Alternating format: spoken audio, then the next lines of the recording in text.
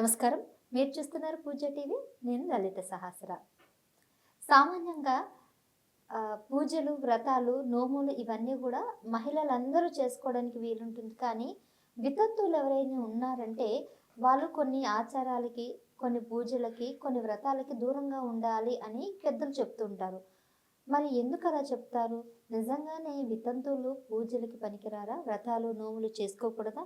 ఏదైనా పొరపాటు అవుతుందో అలా చేస్తే? ఇలాంటి సందేహాలు చాలా మందిలో ఉన్నాయి. మరి మీ సందేహాలను కూడా నివృత్తి చేయడానికి ప్రస్తుతం మనతో పాటు ఉన్నారు ప్రముఖ జ్యోతిష్య వాస్తు నిపుణులు, అలాగే గాయత్రి ఆస్థాన పీఠాధిపతులు బ్రహ్మశ్రీ కిరాల సుబ్రహ్మణ్య శర్మ గారు. నమస్కారం గురుగారు. నమస్కారం అమ్మా. ఎలా ఉన్నారు గురుగారు? బాగున్నానమ్మా. గురుగారు, అంటే ఫస్ట్ క్వశ్చన్ ఇది అడగరాదో అడగదో తెలియదు, కానీ ఇంకా అడుగుతున్నాను. సామాన్యంగా చాలా మందికి ఉన్నటువంటి సందేహమే ఈ నోములు, గౌరీ వ్రతాలు అంటే సౌభాగ్యం కోసం చేస్తుంటారు. వ్రతాలు కూడా చాలా మంది సౌభాగ్యం, ఐశ్వర్యం కోసం చేసుకుంటారు.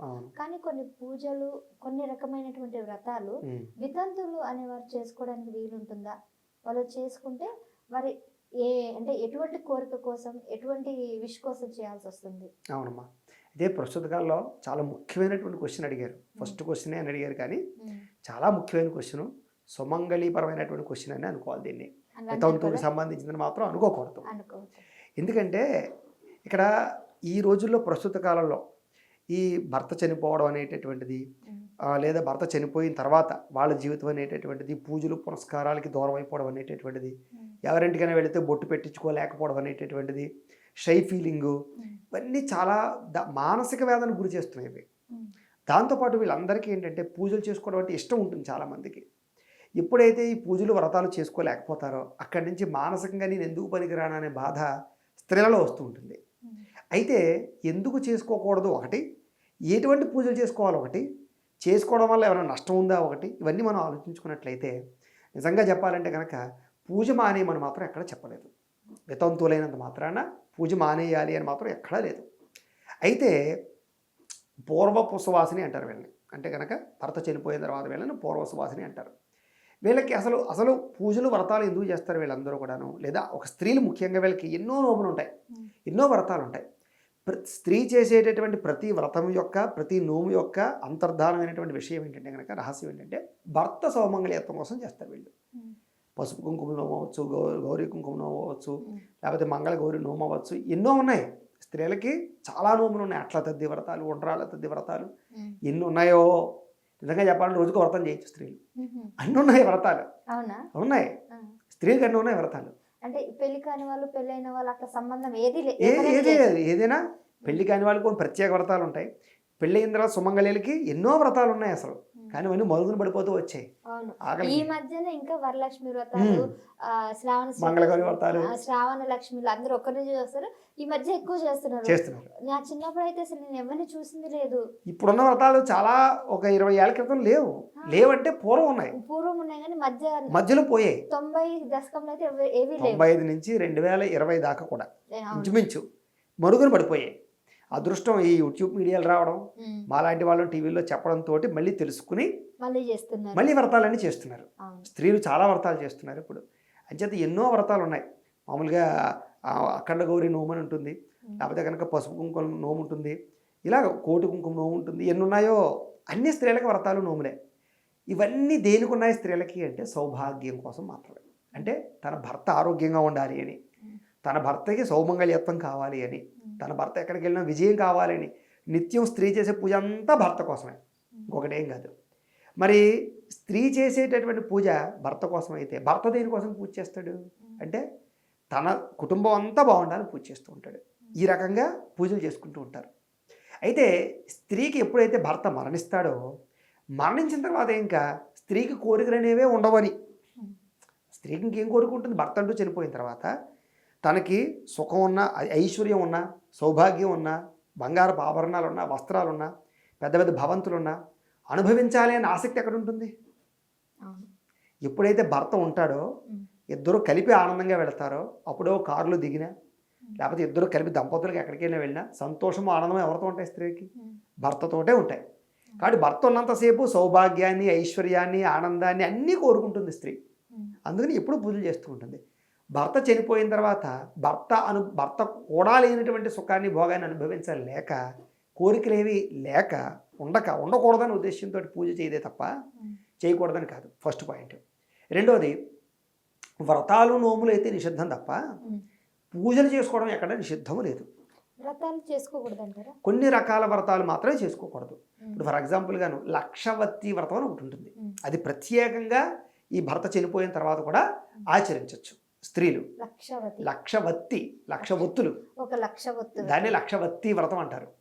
ఈ లక్షవత్తి వ్రతాన్ని ఇలాంటివన్నీ కూడా ఖచ్చితంగా ఆచరించుకోవచ్చు అనమాట.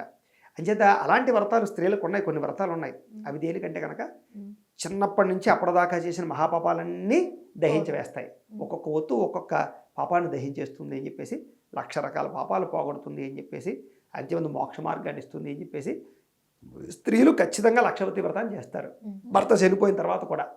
ఇలాగ కొన్ని అవి దేనికోసం చేస్తారంటే ఏదైనా మహాపాపాలు చేసేసినా, భర్తని నిందించినా, లేదా ఇంట్లో అంటూ ముట్టు మైలు అవి కలుపుకున్నా, ఇలాగా చేయకూడని పనులు చేసినా, ఇలా వివాహేతర సంబంధాలు లాంటివి ఏమైనా పెట్టుకున్నా, ఇలా కొన్ని కాదు మనసులో భర్తను తిట్టుకున్నా కూడా దోషమే. మనసులో భర్తను తిట్టుకున్న వాచా దోషాన్ని పోవడానికి కూడా అందులో ప్రాయశ్చిత్తాలు ఉంటాయి లక్షవతి వ్రతంలో. అలాంటి వ్రతాలు చేసుకోమని చెప్పింది. అప్పుడు అనేక రకాల దానాలు కూడా ఇస్తారు. గోదానం, భూదానం, దశదానాలు అన్నీ చేసుకుని, అంటే అప్పటితోటి ప్రాయశ్చిత్తం చేస్తారనమాట దోషాలన్నీ పోవడానికి. ఆ తర్వాత కృష్ణారామ అనుకుంటూ అప్పటి నుంచి అబద్ధాలు ఆడడం కానీ, తప్పు మాటలు మాట్లాడడం కానీ, తిట్టడం కానీ చేయకుండా నామస్మరణ చేసుకుంటూ జీవించాలన్నమాట. అలాగ కొన్ని వ్రతాలు అయితే ఉన్నాయి, అవి చేసుకోవచ్చు. అయితే ఏమిటంటే ఈ వ్రతాలు చేయకపోవడానికి, పూజలు చేయడానికి వల్ల కారణం ఇది. నిత్య పూజ మానకూడదు. అంటే రోజు ఉదయం దేవుడికి దీపారాధన రోజు ఎవరు పూర్వసువాసనలైనా సరే ఇంటిలో పూజ మానమని ఎక్కడా లేదు. చేసుకుని తీరాల్సిందే, ఆచరించాలి కూడా ఖచ్చితంగా. ఇంట్లో రోజు దీపం పెట్టుకోవడం కానీ, ఇష్టదైవాన్ని పూజ చేయడం కానీ, లేదా ఆరాధన చేయడం కానీ, లేదా పద్యాలు, శ్లోకాలు, లేదా పారాయణలు చేయడాలు కానీ ఇవేవి మానవలసిన అవసరం లేదు, హాయిగా చేసుకోవచ్చు. కొన్ని రకాల ఏదైతే సౌమంగళ్యత్వం కోసం చేసేటటువంటి వ్రతాలు ఉంటాయో, నోములు ఉంటాయో అవి మాత్రమే నిషిద్ధం. కానీ స్త్రీలకు అవే ఎక్కువ ఉంటాయి కాబట్టి, ఎక్కువ అందులో పాల్గొంటారు కాబట్టి వాటికి దూరం అవడం కారణం చేత నేను ఇంకే పూజకి పనికిరాను అనుకుంటూ ఉంటారు. లేదా మధ్యలో నానుడు వచ్చింది పూజలు పనికిరారు అని చెప్పేసి, వాయినాలు పుచ్చుకోవడానికి పనికిరారు అని. మరి వాయినం పుచ్చుకోవాలంటే కుంకుమ బొట్టు పెట్టాలి. సౌమంగళ్యత్వం పోయిన తర్వాత కుంకుమ బొట్టు పెట్టుకునే అవకాశం ఉండదు కదా. అలాంటి వాయినాలు పుచ్చుకునేటటువంటివి, నోములు తీసుకునేటటువంటివి అవి వాళ్ళకి నిషిద్ధం తప్ప. అంటే కుంకుమ పెట్టుకోవడం నిజంగా నిషిద్ధమా? అంటే ఇంకా హరిద్రం అనేది మంగళ స్వరూపం, సౌభాగ్యానికి చిహ్నం అది. అంటే భర్త ఉన్నాడు అనడానికి చిహ్నం. ఆ తర్వాత నుదుటిని మాత్రం ఏవి లేకుండా మాత్రం ఉండమని చెప్పలేదు. విభూతిని ధరించాలి. భూతురైశ్వర్యం, విభూతి మోక్షకారకం, విభూతి జ్ఞానకారకం. భర్త చనిపోయిన తర్వాత దీనికి ఏం కావాలి? ఆత్మజ్ఞానం కోసం ప్రయత్నం చేయాలి. అంతేగాని మళ్ళీ కామితాల కోసం, కోరికల కోసం, లేదా శారీరకపరమైనటువంటి లౌల్యం కోసం వెంపర్లు ఆడకూడదు. కాబట్టి అందానికి ప్రాధాన్యత తగ్గించేయాలి అని స్త్రీకి ఎప్పుడైనా సరే గుర్తుపెట్టుకోండి. ఎంత అందమైన అమ్మాయి అయినా సరే బొట్టు లేకపోతే దరిద్రంగా ఉంటుంది. అది అందం కాదు, అది కావాలంటే చూసుకోండి. స్త్రీకి అందం ఎక్కడ కనపడుతుందంటే బొట్టు పెట్టేగా కనపడుతుంది, సౌందర్యవతిలాగా. చూసేసరికి అట్రాక్షన్ అవుతుంది. అమ్మాయిని చూసేసరికి కాసేపు చూడాలనిపించేటటువంటి స్వరూపం బొట్టు పెట్టుకుంటే మాత్రమే వస్తుంది. బొట్టు పెట్టుకోకుండా ఉండేటటువంటిది అందం అని అనుకుంటారు తప్ప అది అందం అయితే కాదు. చూసేవాళ్ళు కూడా అందంగా కనపడరేమిని కాదు. మిగతావన్నీ అందంగా కనపడచ్చేమో తప్ప మొహం అందంగా అయితే కనపడదు బొట్టు పెట్టుకున్నటువంటి స్త్రీలకి. చేత బొట్టు పెట్టుకున్న స్త్రీ ఖచ్చితంగా అందంగా ఉంటుంది, ఆకర్షితురాలు అవుతుంది. సో ఆ ఆకర్షణకి అవతల వాళ్ళు లోనవ్వకుండా, అలాగే సౌభాగ్య చిహ్నం అనేటటువంటిది నాకు సంబంధించింది లేదు అని అవతల వాళ్ళకి అర్థం అవ్వడానికి పెట్టుకోకుండా ఉంటారే తప్ప ఇంకొక రకంగా కాదు. అలాంటి బొట్టు పెట్టుకోకుండా ఎవరు ఉండకూడదు. అందుకనే విభూతి పెట్టుకోవాలి. విభూతి పెట్టుకుంటే అది జ్ఞానకారకం, మోక్షకారకం కాబట్టి పెట్టుకోవచ్చు. లేదా సింధూరాన్ని కూడా, లేదా గంధ సింధూరం లాంటివి కూడా పెట్టుకోవడం తప్పు ఏమీ లేదు. అలాంటివన్నీ పెట్టుకోవచ్చు. అసలు బొట్టు లేకుండా మాత్రం స్త్రీలు ఉండకూడదు. విషయం చిన్నపిల్లల నుంచి అయినా, పెళ్లి కాని వాళ్ళైనా, ఎవరైనా కానీ ముసలి వారి వరకు మాత్రం నుదుట ఏదో ఒకటి మాత్రం ధరించాలి. ఇంకొక విషయం, చాలా మంది ఏంటంటే వితంతువులు ఎదురొస్తూ ఉంటే కూడా, యాక్చువల్లీ ఈ ప్రశ్న కూడా అడగాలి. అదేదో అపశకునం అని వాళ్ళు వస్తే అసలు పని జరగదని అంటారు. ఎందుకు వచ్చింది అసలు ఈ నానుడి? ఇదే ఇంకో చిన్న ఎగ్జాంపుల్ చెప్తాను మీకు. మా సొంత మామగారే ఉన్నారు. మా సొంత మామగారికి మా మామగారు ఉన్నారు. ఆవిడ పూర్వసువాసిని.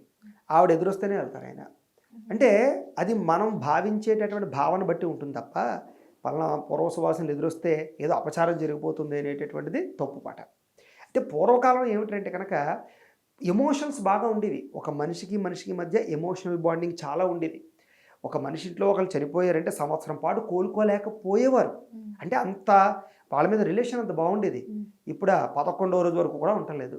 కానీ అలాంటి వాళ్ళు ఎదురైతే ఆ ఎమోషన్ చూసి వాళ్ళ బాధ వీళ్ళ బాధ తట్టుకోలేక ఇది వస్తుందని చెప్పేసి బాధ వస్తుందని వెళ్ళిన పని డిసప్పాయింట్ అవుతాము అని చెప్పేసి సంతోషంగా వెళ్తే పని పూర్తవుతుంది తప్ప అదే ఆలోచనతో అదే బాధతోటి వాళ్ళు గుర్తు తెచ్చుకుంటూ వెళ్తే ప్రమాదాలు జరుగుతాయని ఇలా అనేక కారణాలు తోటి దాన్ని నిషిద్ధం చేశారే తప్ప ఎదురొస్తే ఏదో అయిపోతుంది మనకు నష్టం జరుగుతుంది ప్రమాదం అని మాత్రం కాదు.